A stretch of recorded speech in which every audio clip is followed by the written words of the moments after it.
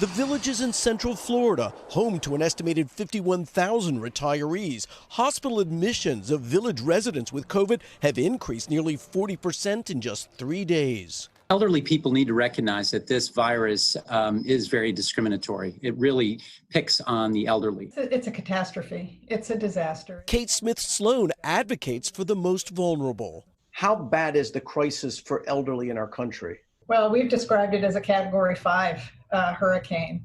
95-year-old Maria Luisa Cuevas died from coronavirus. The family suspects she was exposed to COVID from an attending asymptomatic nurse who unknowingly spread it. So the only people who had access in and out, they were the nurses and the people that worked there. Health officials say it's been difficult to get a handle on the problem among the elderly, in large part because nursing homes continue to be overlooked, according to former CDC Director Dr. Thomas Freedom.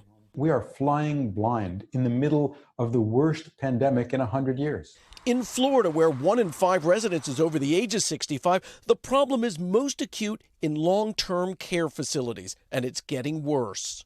The number of infected residents and staff at elder care facilities has more than doubled in just the past 3 weeks. Florida's governor today.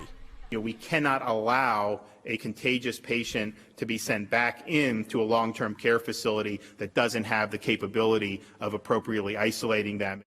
Tonight, an analysis by NBC News of publicly available data shows COVID-related deaths among residents at long-term care facilities now exceeds 56,000.